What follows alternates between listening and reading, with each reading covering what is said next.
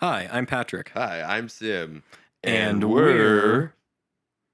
The Fitness Gram Pacer test is a multi-stage aerobic capacity test that progressively gets more difficult as it continues.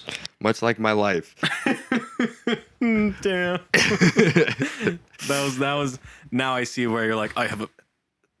Now you're like, I see why I have a bit, or I see why you. I fucked up what I was trying to say, but yes, I see why you wanted to do that bit now. I had a bit. We had a bit. Yeah, and we're a duo of friends that like to talk about movies, music, television, and a plethora of other nerdy shit. I can't wait. Yes, I can't wait until we have a soundboard, so it's going to be like the HD audio. I love that. That was just off of my phone, honestly. The Fitness Gram Pacer test. I hope that mic picked it up. Oh, it definitely did. It's probably going to be a little away, but That's fine. It almost makes it funnier, honestly, in my opinion. What's today's topic, Patrick? Well, it's kind of we're going to be talking about music, but it's specifically perfect albums. Yes. Albums that we think are perfect. And Sim and myself, we don't play instruments. We're not necessarily musically inclined people, but casual listeners of a wider... Yeah, I would always say we're almost not casual listeners in some ways. Like we really listen to, you and I both listen to a lot of music. In my opinion, on when people ask me my favorite genre of music, or like, what do I like listening? What do you like listening to? I hate that question because I listen to literally everything. Yeah, there's no, and I don't mean that like in an asshole way or like pretentious. I listen to every. I just like every. I mean, I like everything. You actually do listen to everything. Yeah, and so do I. Really. Yeah, my playlist can go from like heavy metal to rap to country to Lady Gaga to Madonna to all kinds of shit. So yeah, same. You and I, really, honestly, over the years have really connected over music. And like appreciating just good music in particular. Mm-hmm. And this kind of got us into the line of thinking of, well, we were actually talking about this, which is why we're talking about it here, which is we think there are some perfect albums out there that we would really like to talk about. So that's just kind of the topic. Yeah. Perfect albums. Yeah. There's other music. And I'm sure we'll talk about other things as well. Down the line. But the one that you and I definitely agree and overlap on betwixt the two of us. So the artist, his name is Carpenter Brut. Yes. And the album, sometimes I like to say Carpenter Brut. Or I say Brew sometimes. Brew? I'm not sure exactly. Brouhaha. Because it's French, or is it German, the Brut part? Is he French? They are French, but the name Brut I think is German. Okay, I know the name is German, but he's French. Yeah, he's French. I don't actually know much about him. I think it used to just be him, and now because since he got bigger, he's incorporated more people into it. So I don't know if I'd say it's a band. That's what's funny is I don't actually know that much about him but you and I know his music like very a lot. Well, the albums, since high school. Yeah, I think you got me into him. And I found out about him because I played Hotline Miami, the video game, and I really loved the score, or it's not really a score, it's a soundtrack, and got introduced to a number of different artists that I listen to still today. And the top one is Carpenter Brut. And the album that you and I agree on is Carpenter Brut Live, which is it's a live album that encompasses, he made an album, he made 3 EPs, EP 1, 2, and 3. And a year or two after he released 3, he decided to go ahead and combine all of them into one album called Trilogy. And you can stream specifically Trilogy on any streaming platform right now. And it is all 3 of the EPs from EP1 in order, from EP1 to EP3, going through to the end. But what he did was he then decided to revamp that music for his one of his tours, and he recorded it and released the live. It's literally just called Carpenter Brut Live on the album. It's like of a derelict church kind of thing. And it is one of the most perfect albums I've ever heard. We've talked about most of the tracks that he put on there are better than the actual studio. Way better. Versions of the songs. Of the songs that he has.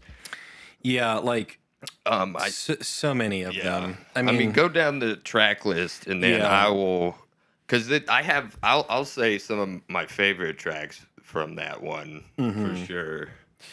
Yeah, so this album was released, I'll just say, so it was released in 2017. Have you already said the type of music? Is it like synthwave? So it's I haven't yet. So it's in the synthwave genre, but it's kind of far-ish off of like what people would traditionally consider synthwave. Yeah. It is significantly influenced by heavy metal. Yeah. Like significantly.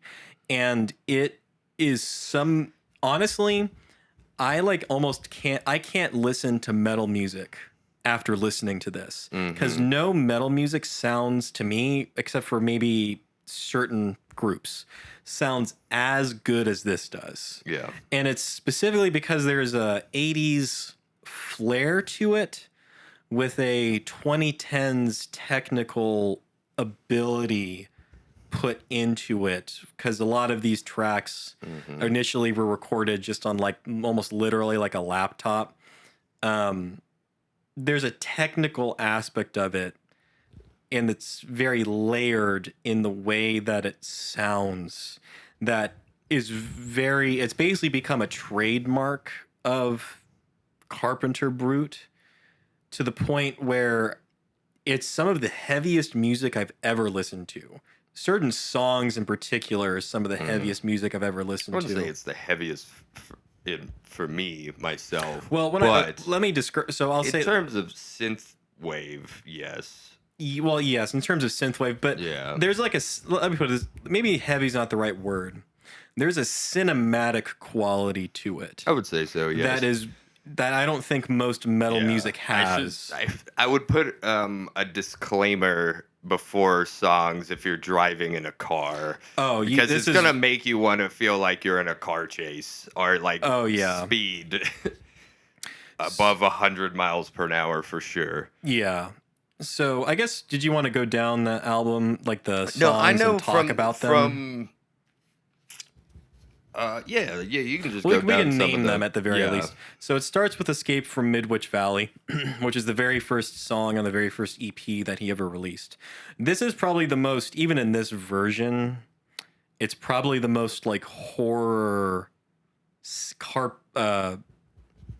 John Carpenter-esque sound that I think he's ever done, even still. Like akin to like Halloween and stuff. Yeah. It feels very much like most of it feels like it's in the opening or something of a 80s or late 70s horror movie, and then at the very end of it, it just completely gets into, the energy picks up, and it just is this like amazing guitar riff and whatnot at the end.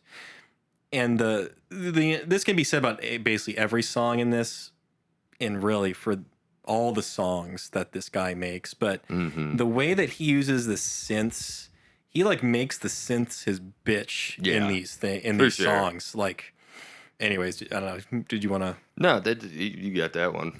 Yeah, Division Ruin is not one of my favorites in general, even though this is again, we think this is a perfect album. It's a really good song, though. Yeah. And I frankly don't have much to say about it.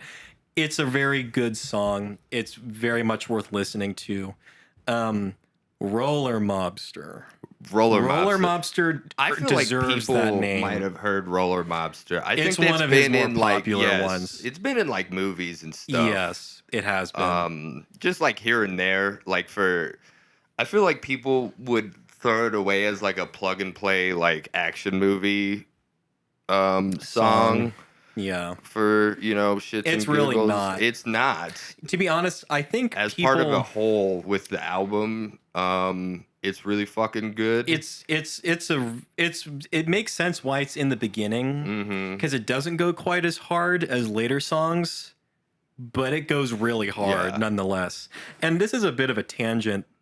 We'll come back obviously, but you were talking about like it being kind of used in movies and whatnot. Every time I've seen, whether when he did that, when Carpenter Brut made that score for that, again, French movie, that sci-fi movie that came out, or even when... Wasn't that called like Blood Machines or something? Yes, the score for that actually, besides the main theme, was actually kind of underwhelming in my opinion.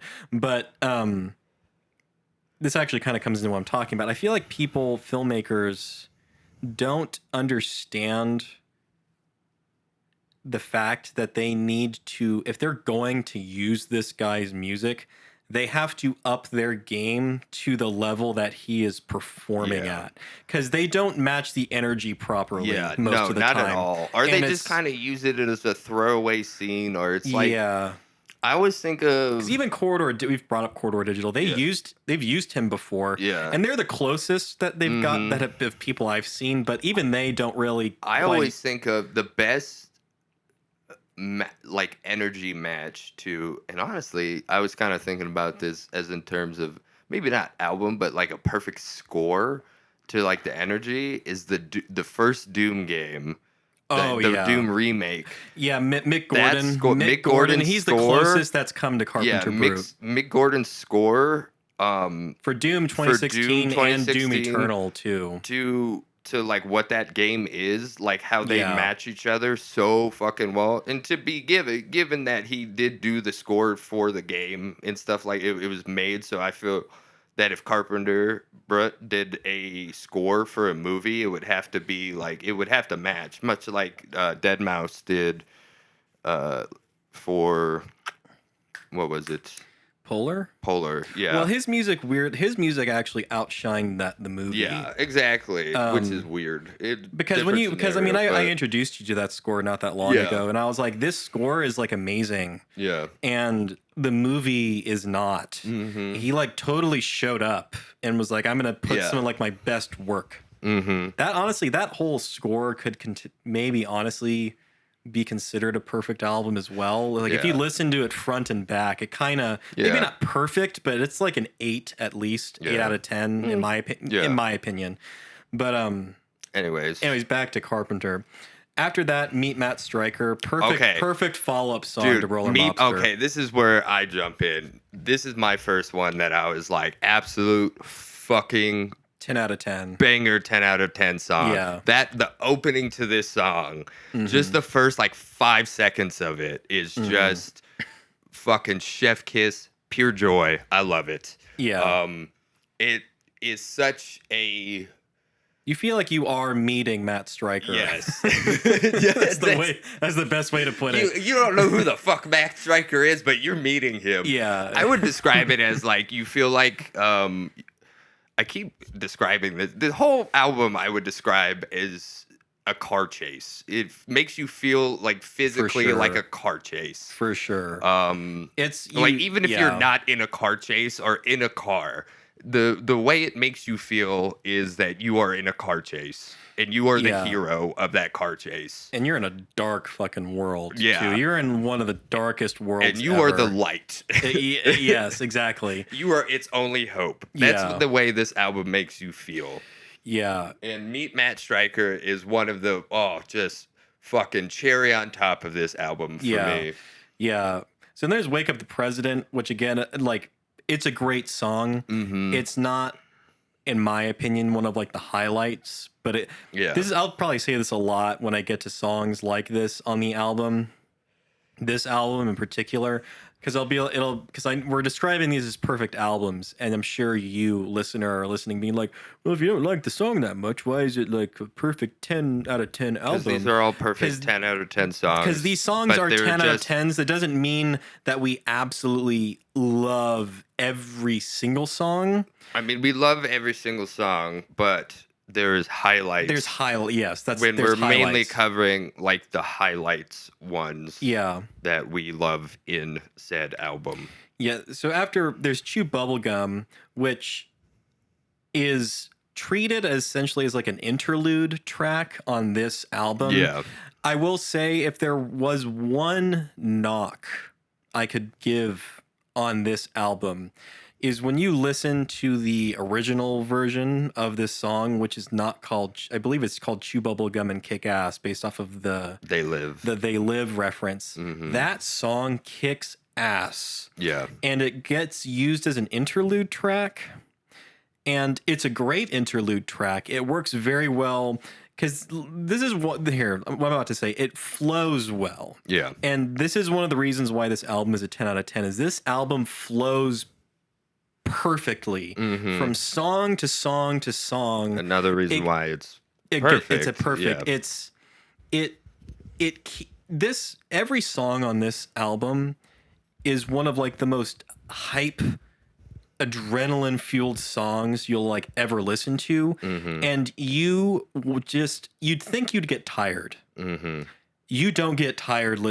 I've listened to this song front to back in order. This album. Yeah, I've listened to this album front to back in order multiple times in a single day. Yeah, sometimes because it never gets old. What is so funny to me about this album specifically is I don't usually like live versions of songs. Neither do I. I don't like listening to the live. I don't ever think it's better. I don't ever think it's as good than a studio version. But for some fucking reason, you feel like you're in the crowd listening. Yeah. There's something about the way they did the mix or something in this. It's like it's fantastic. Yeah. And like I said, there's certain tracks that he kind of like redid live. Yeah, he did better, way better than he did for the studio. And I haven't gotten to my favorite one that he's done. Neither have I. That he's done better on this than he did in his other albums. But yes, continue.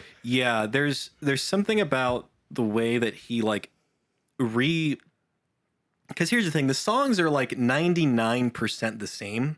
Yeah. There's that like 1% added that makes such a weirdly huge difference in basically every song that's on this album, which again adds to why we think this is perfect. He just added like that little sauce, that little just sprinkle on top of every track that just like elevates the already high feeling to like astronomical height.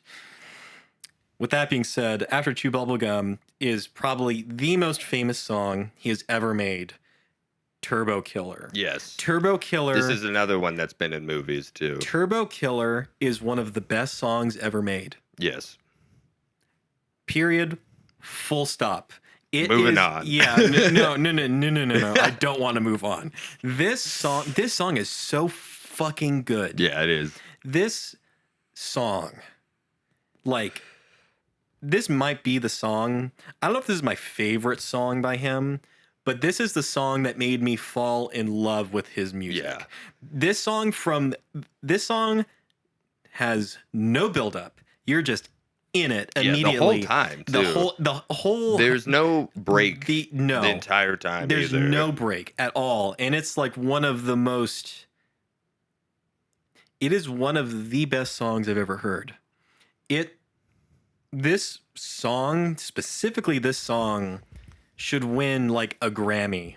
Like the live version and the studio version, frankly, both of them individually, because they're both great for different reasons. They're the same song with, again, little sprinkles on top. But I can't even like talk about this song properly because I don't have the verbiage to describe how much I love this song. It's one of the best songs of all time. Just period. With that being, do you have anything more to say about it? No, mine is best song, one of the best songs ever, period, moving on. Yeah. It's like, just listen to the fucking song. Yeah, moving on. Paradise Warfare. Really good song. Not exactly one of the highlights, in my opinion. Not my favorite. The live version is better. It's good. The live version is better. Yeah. Still a great 10 out of 10. Not my favorite on the album. Then there's Run, Sally, Run. Run, Sally, Run. Same thing, frankly, as I feel about Paradise Warfare. Great song. Don't have a lot to say about it. Looking for Tracy, is it Sue? Sue? TZU, right? TZU, Sue. Sorry, Patrick has the phone. Oh, yeah, yes. I actually, this song in particular, I really liked the studio version of this song. Mm-hmm. Yet again, this version has 10 times better. Way better. It's kind of hard to describe exactly why it's better. Well, actually, I can. It is kind of hard to describe, even though I can describe why it's better. He just adds.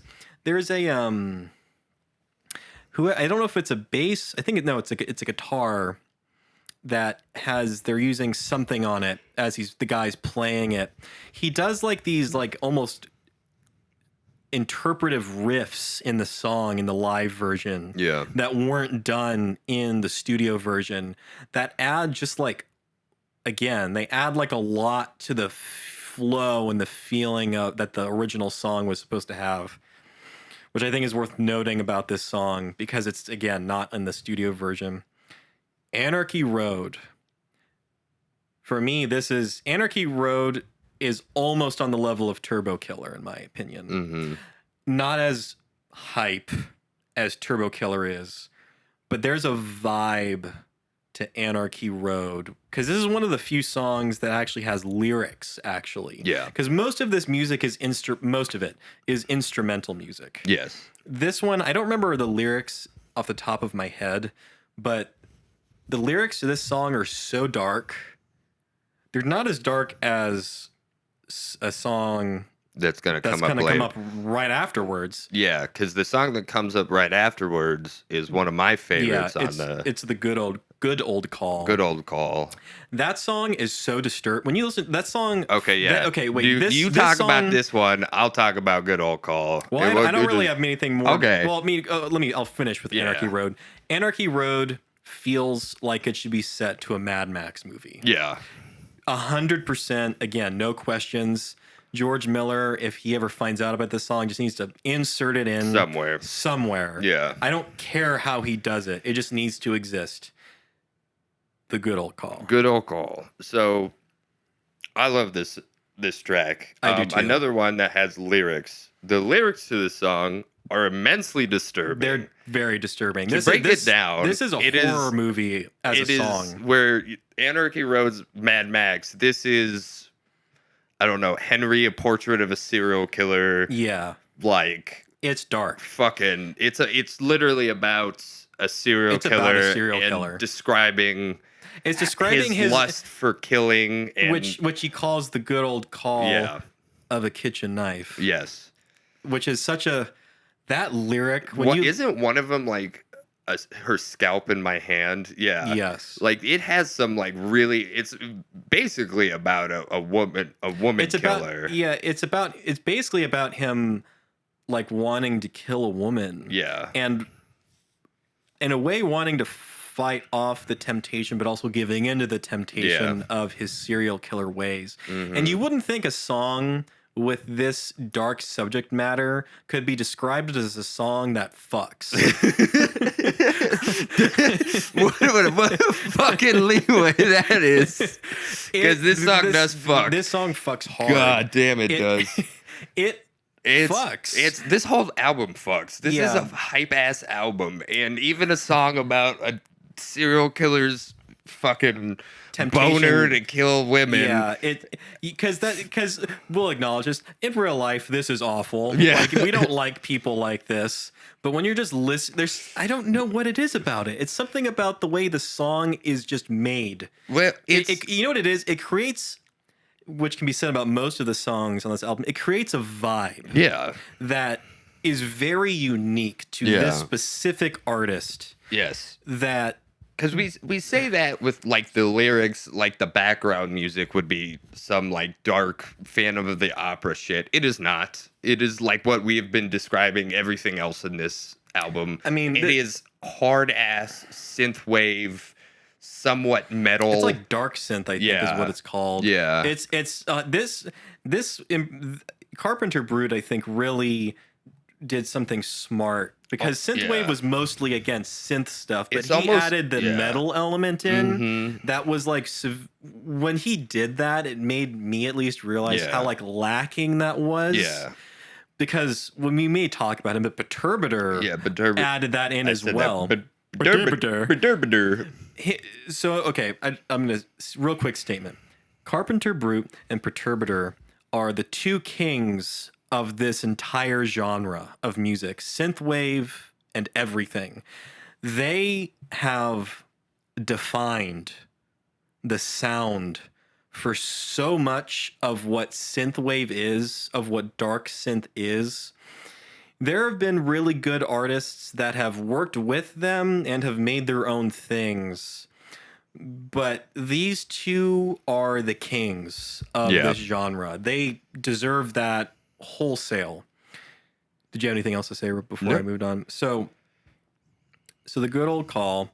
Then we have Disco Zombie Italia, which in the original studio version is it's a good song. And in this song, in this album, it's not an interlude track necessarily, but it's because it's longer than that, but it's used better, I think, than in the studio version. Mm-hmm. Again, this with the theme, there are better versions than the studio versions. So did you have anything else to say about that one? No, I don't. So then we get to one of my personal favorites, Sex Killer on the Loose.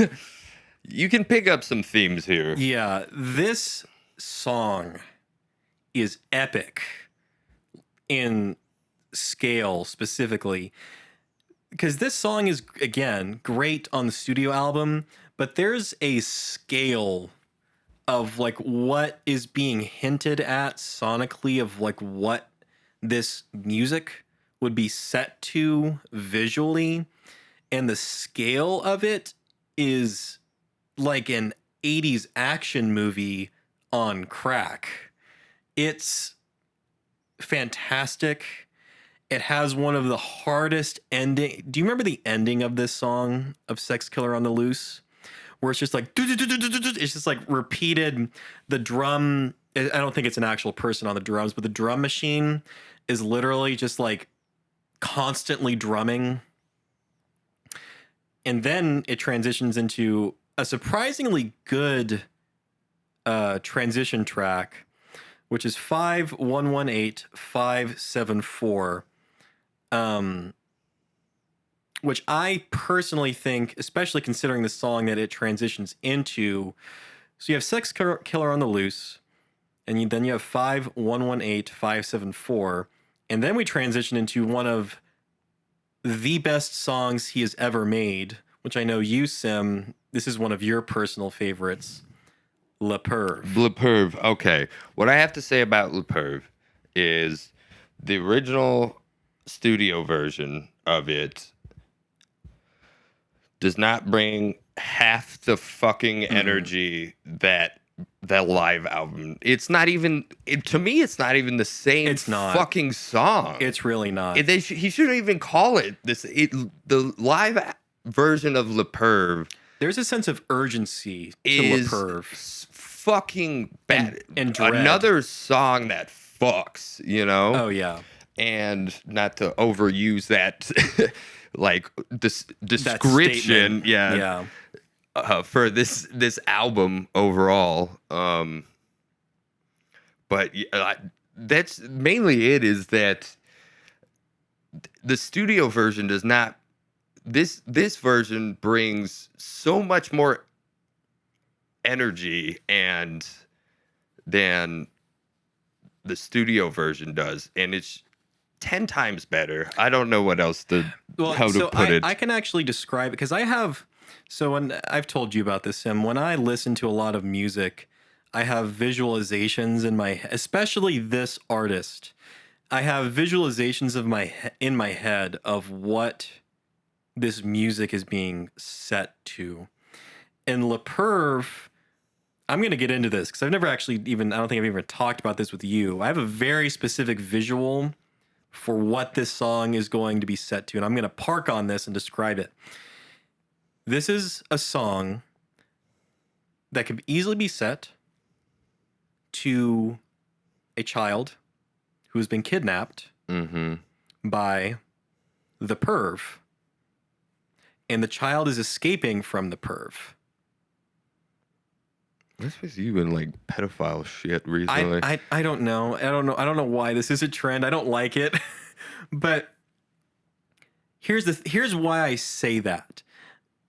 Because this song is not like drive down the road kind of imagery in my head. This song is somebody is being chased by a force of nature kind of thing. There is a desperation, there is a hopelessness, but also an urgency going on in this song.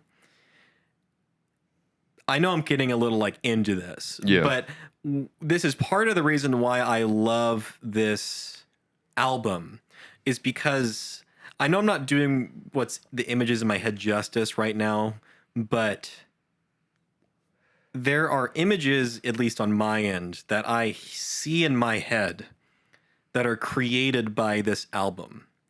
And they are some of the richest experience I've ever had listening to music. So I know I parked on that song for a minute. I know you don't really have anything more to say about it.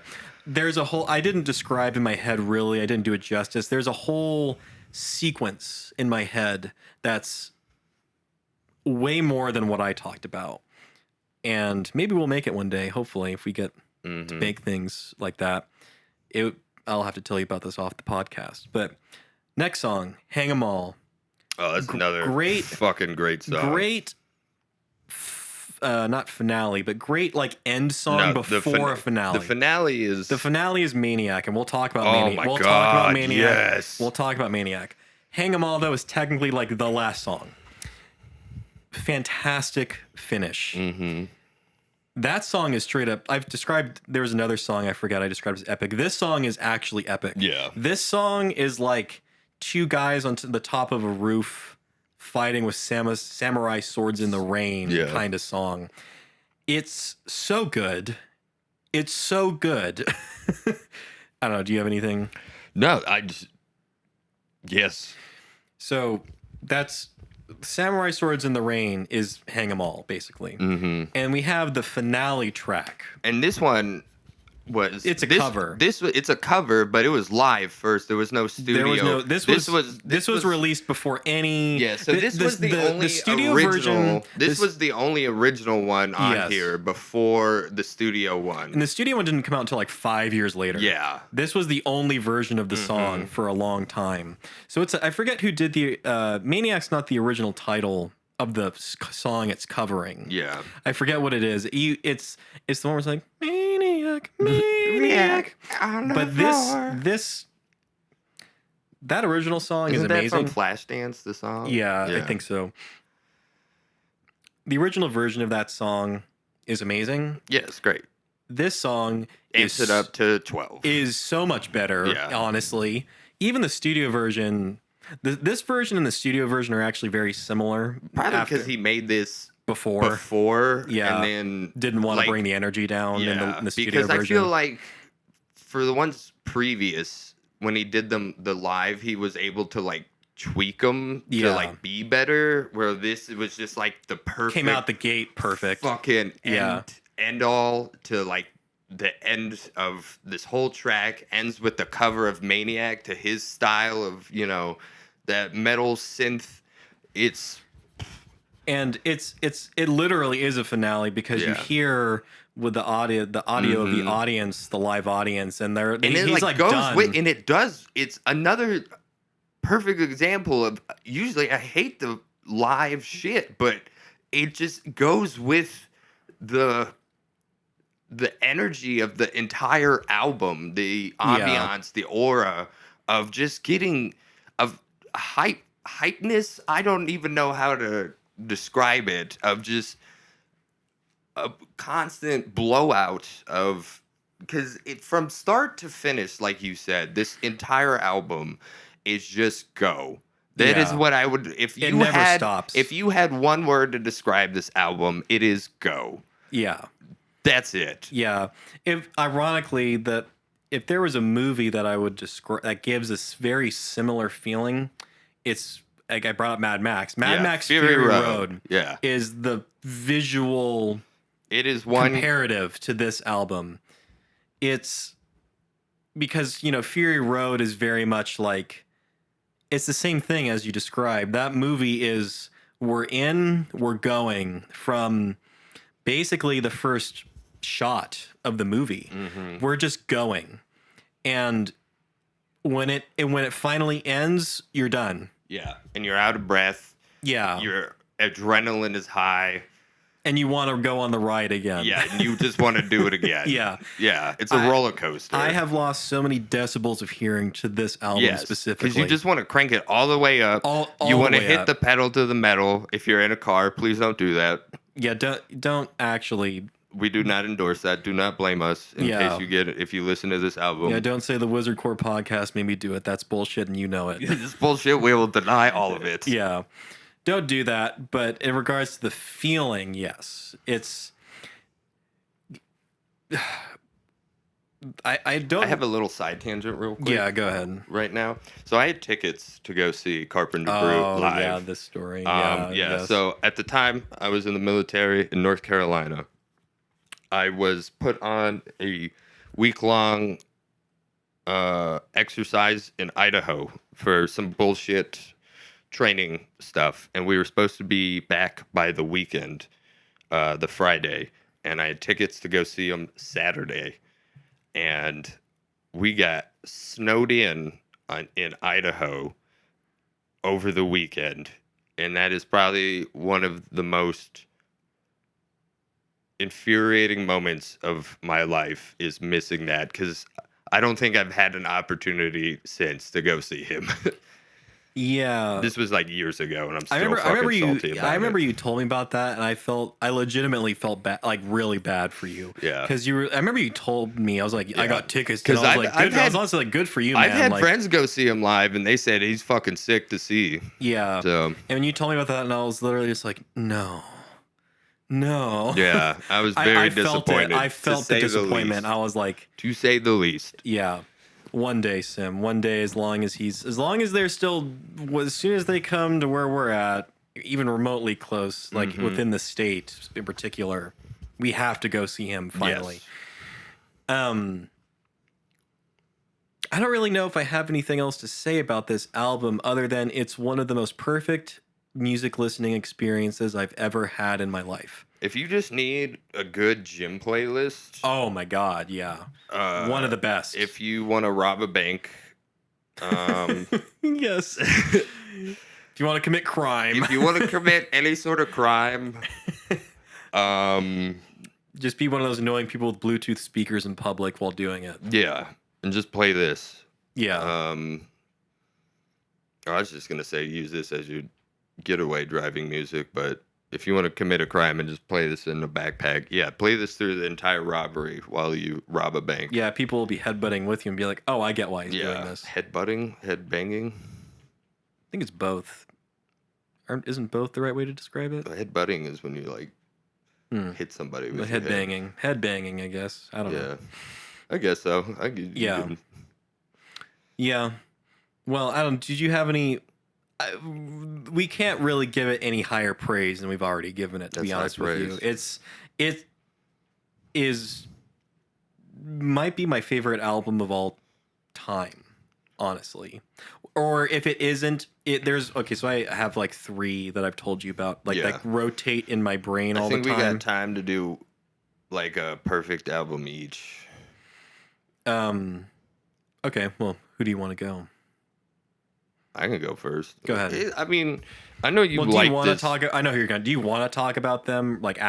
I know you do, but like... Oh, I'm going to say my perfect album. I'm going to go with one of my perfect albums first, and you can chime in here if you so wish to. Mm-hmm. And I'm going to go with a more recent group that people might know of. It's from 2014, and it's a group called Run the Jewels.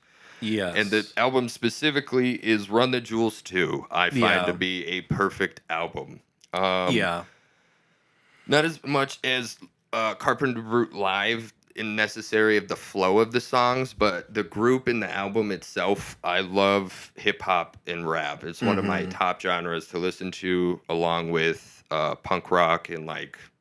Because RTJ now, especially, but even when this came out, Killer Mike and LP were, if you knew about those two, like in the rap world, and listened to them, they have garnered, even back then, they had garnered a lot of respect. Yes. They're like the deep cuts of rap and whatnot. I think they've become a lot more popular over the years. Now they have, especially. But back, I remember back when you showed them to me for the first time, I'd never heard of them before. I don't think a lot of people had, not to fucking do that sort of shit. Well, no, people hadn't. I heard them first, but... Well, people really hadn't. I mean, as this particular group Run the Jewels, they hadn't been...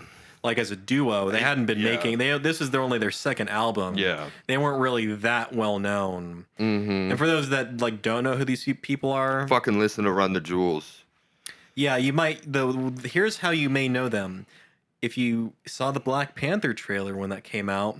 Remember that song that was playing in the official trailer? That's by Run the Jewels from Run the Jewels 3. Run the Jewels 3. You probably, I'm sure you've heard them in like commercials. They've done a song called. Well, the one in Black Nobody Speak. Yeah, the one in Black Panther is Legend Has It. Yeah, Legend Has It. And that's probably their most popular song. And that song's a banger. But we're talking about RTJ2. I'm talking about RTJ2, and you can... No, yeah, I've listened to it. Okay, yeah. And I can't chime in as much as you can, honestly, but... I think what draws me to RTJ is... what makes them different, yes, I've told you there's tracks that are, fuck bitches get money sort of shit. Yeah. But what I love is the vibe. What I was drawn to initially is this almost like supervillain vibe to them. Yeah. Of like, they're very political and talk about, fuck cops and, they talk about, corrupt politicians and they do taking over the world and sort of shit, but they talk. Yeah, they do it in a way that's not like the stereotypical way of doing it that a lot of more popular rap artists do, because other rap artists talk about that stuff. Yeah. But they talk about it in a way that's very like real. Yeah. It's in this kind of not funny in a way, It's real, but at the same time, almost cartoonish. Yeah. And that's why I describe it as like super villain. Yeah. But they're just going off, basically. But they go off, and I fucking love it. Yeah. And so at least that is my interpretation and perspective on like their music. Yeah, them in general, really. Yeah. Because that's a theme. Those are themes throughout their entire discography. But in RTJ2, there's I don't know how to describe it. So I'll just go through the track list real quick. Yeah. And then I'll just point out some of my highlights real quick. All of these, I think, are perfect tracks. Yeah. All of them are super hype. But starting from first one is Jeopardy, then Oh My Darling Don't Cry, then Blockbuster Night Part 1, Close Your Eyes and Count to Fuck, All My Life, Lie, Cheat, Steal. Oh, yeah. Early, and then All Due Respect, Love Again, Crown, and then Angel Duster. Okay, some of my highlights. Blockbuster Night. Blockbuster Night Part 1 is one of the first songs I listened to. And that song... Same for me, because you showed it to me. Yeah. That song's awesome. It's great. That's all I have to say about that. Love Again is probably the it's not, I wouldn't even describe, I said fuck bitches get money, but it's not even like a fuck bitches get money. It is like it's a very sexual song, but the way it's about sexuality is really funny and almost subversive in a way. And I don't know, it's kind of a funnier track, but it's one of my favorites just because I was laughing because I saw on Spotify that it's like one of their least played, and I can understand why because of the lyricism in it. Mm-hmm. But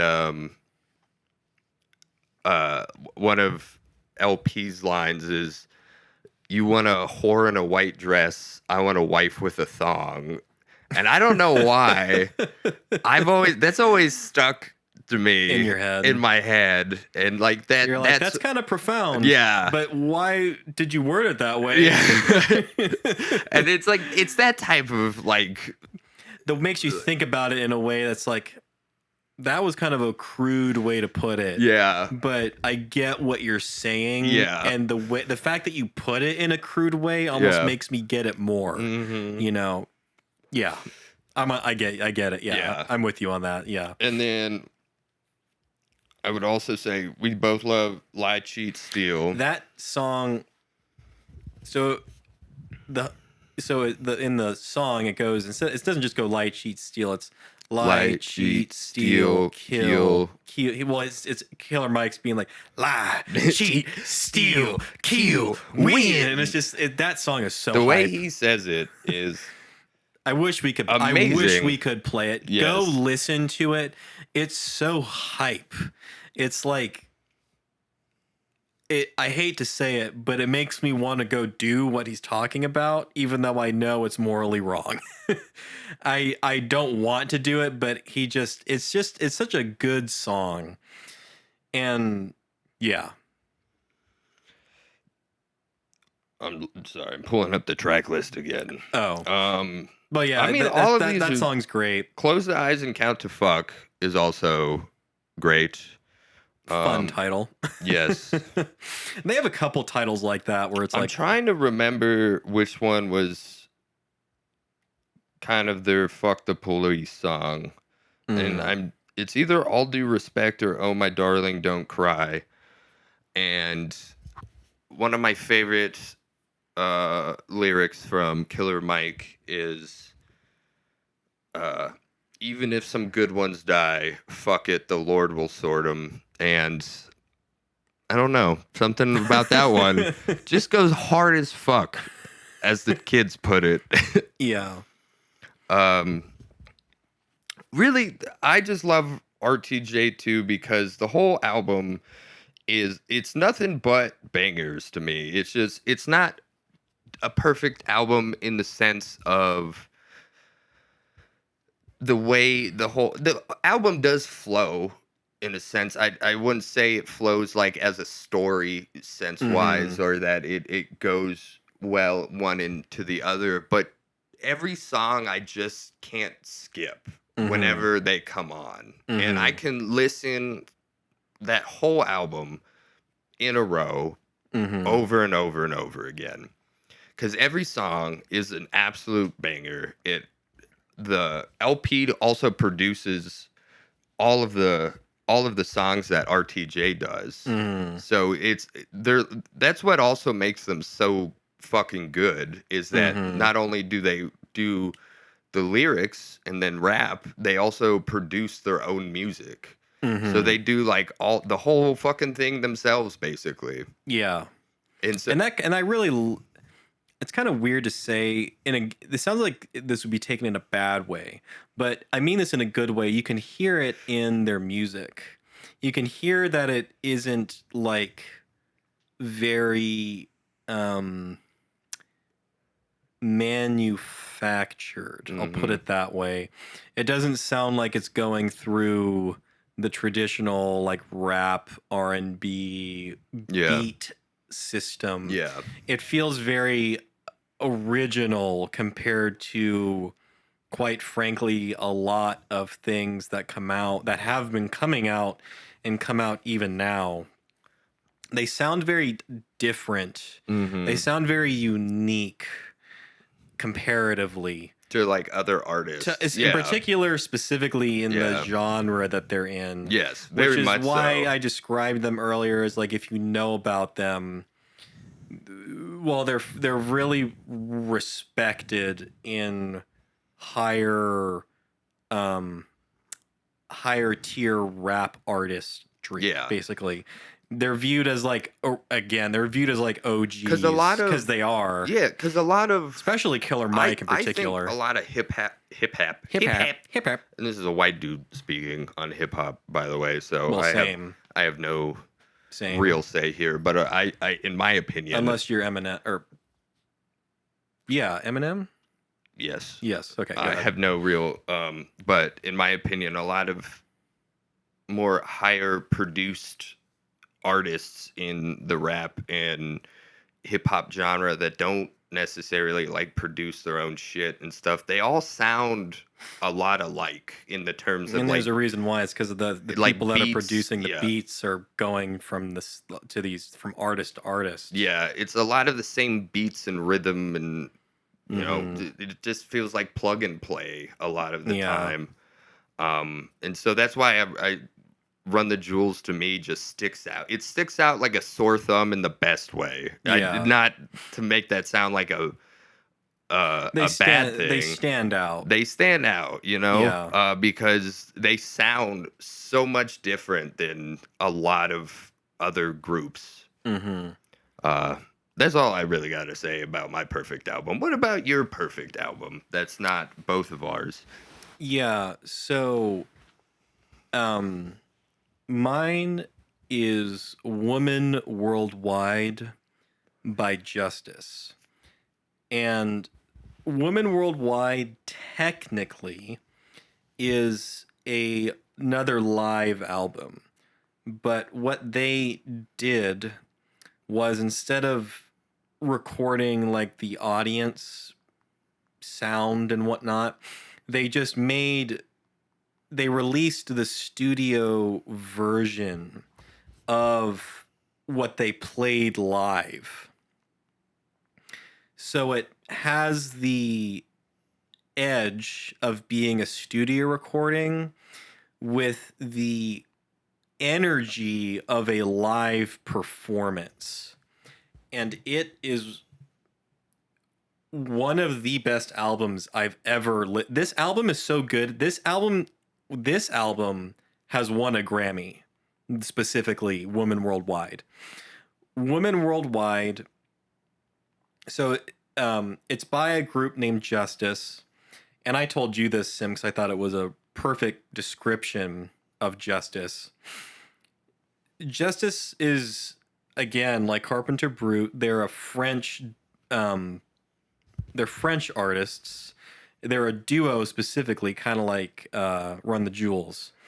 And they are in the genre of dance music. But they are a lot like Daft Punk. But the best description of their music I've ever heard is if Daft Punk was the popular girl in high school that everybody gave the attention to, Justice was the hot one that everybody ignored until after high school, basically.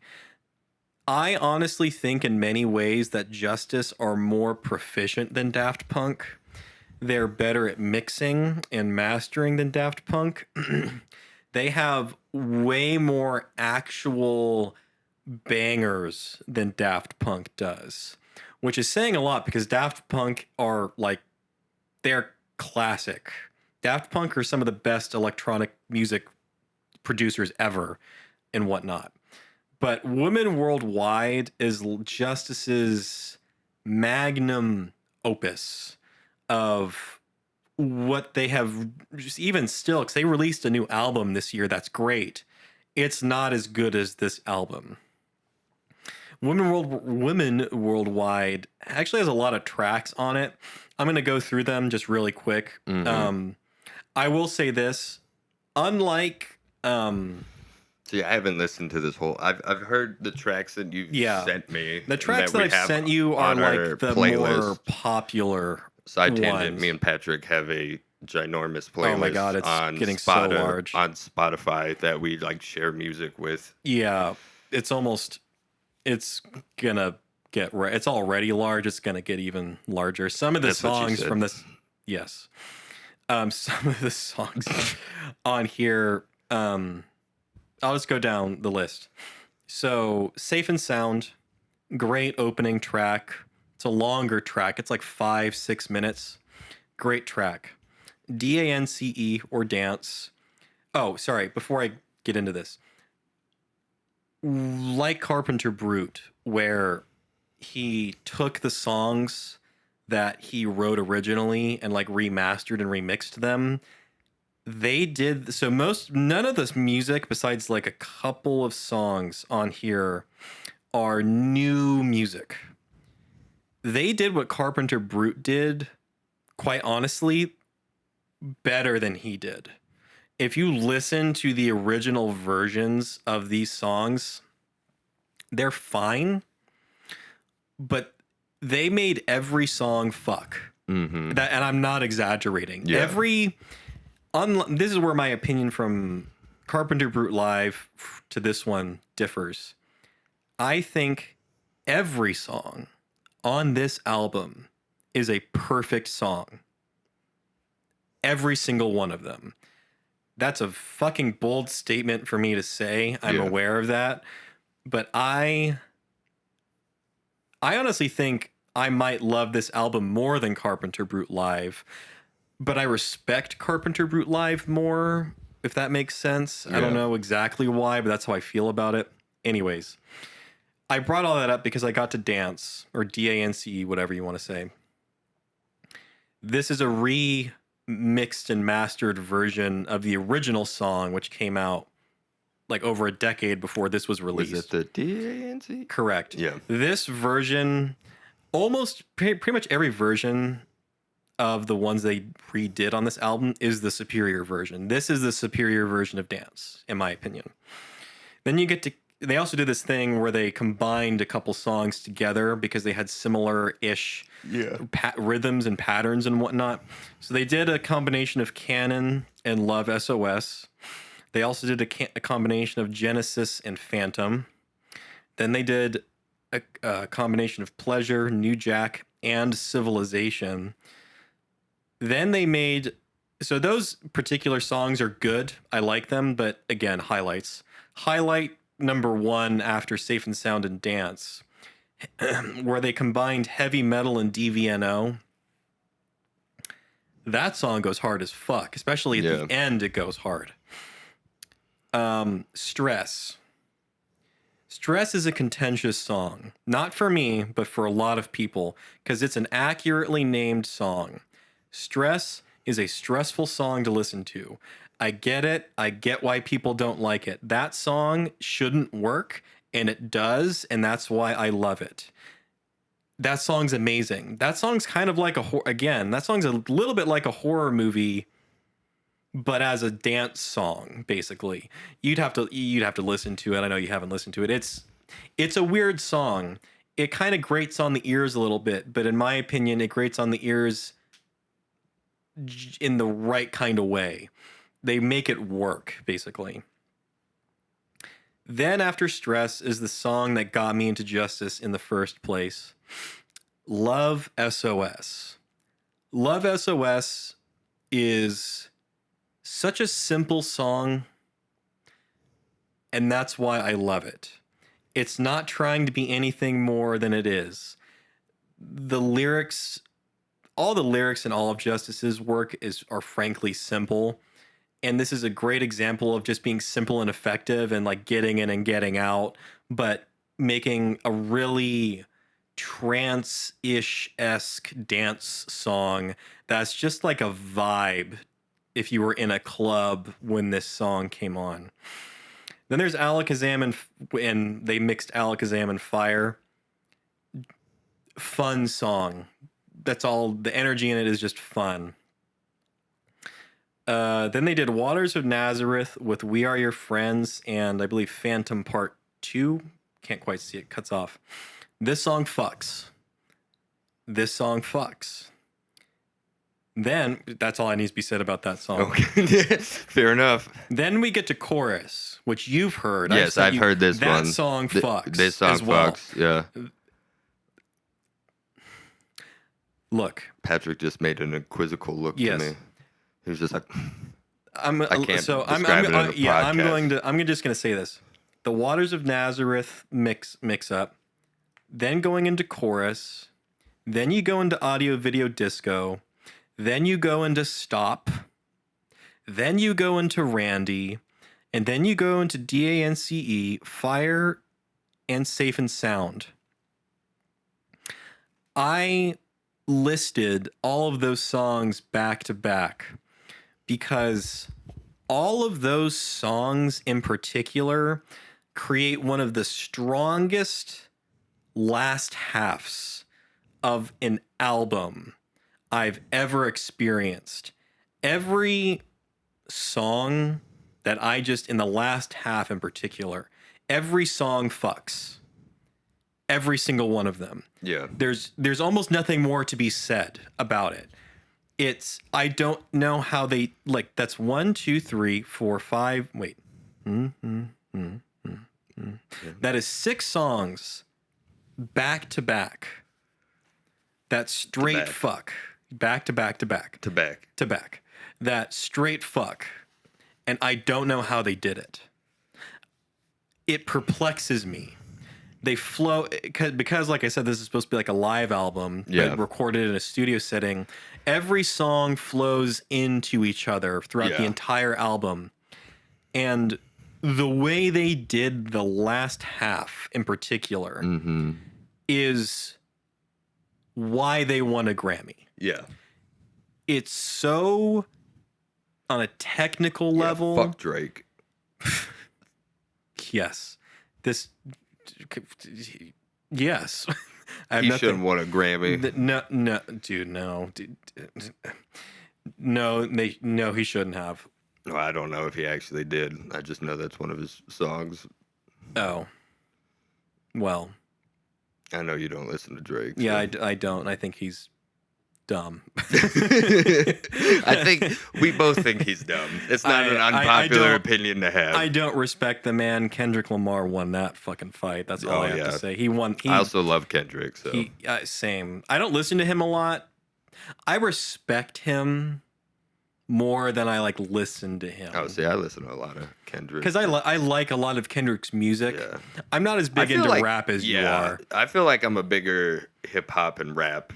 And I'm way more of dance music than you are. I love dance music. But real quick, look, Women Worldwide, there is a reason it won a Grammy. I don't necessarily put a lot of stock into these award shows and whatnot. There is a reason this album won an award like that. And if you've seen the video of Justice winning this award, I feel so. Yes, you hit the wall. I hit the wall and it hurt, and I was trying not to make a noise. I could tell. I was like, "Oh, he hit his elbow. It probably hurt." If you've seen the video, if you heard that, if the mic picked it up, that'd be fucking hilarious. That was the loudest I've ever. And I was like, the video of Justice winning the Grammy for Women Worldwide. I felt so bad. You almost went into an announcer voice right there. Women Worldwide. The scary door. Women Worldwide.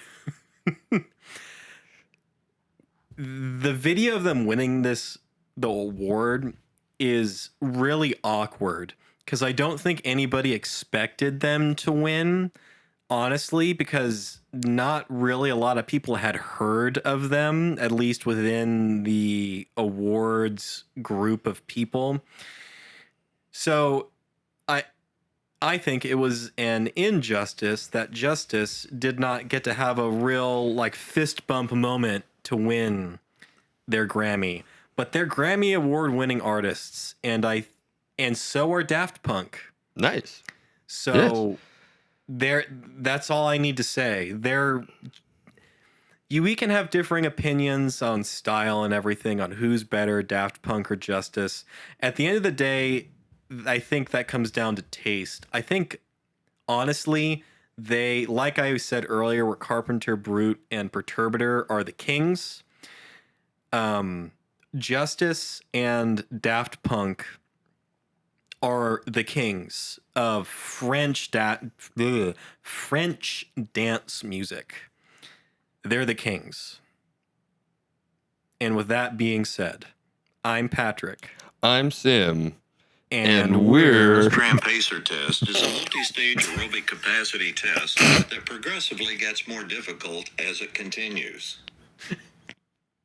Bye. Bye.